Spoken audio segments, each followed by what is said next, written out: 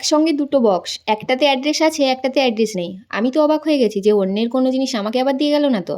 আবার পার্সেলটা নেওয়ার সময় ডেলিভারি দাদা বলে দুটোই নাকি পেমেন্ট করা আছে। তারপর যেখান থেকে অর্ডার করেছিলাম সেখানে গিয়ে দেখি কোয়ান্টিটি একের জায়গায় দুইটা অর্ডার করা হয়ে গেছে আমার।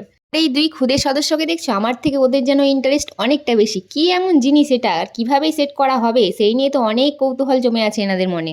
তাহলে এটাকে এবার সেট করা যাক। আমি কিন্তু কোনো জিনিসের প্রমোশন ভিডিও করি না। আমি নিজে যেটা কিনি সেটার অনেস্ট রিভিউ দিই যে প্রোডাক্টটা আমাকে কেমন লেগেছে। এটা ফ্লিপকার্ট থেকে নিয়েছি, আর এটা 4 থাকের র্যাক। এই র্যাকটার মধ্যে আবার চাকা লাগানো আছে, যেটা এদিক থেকে ওদিক নিয়ে যেতে খুবই সুবিধা হয়।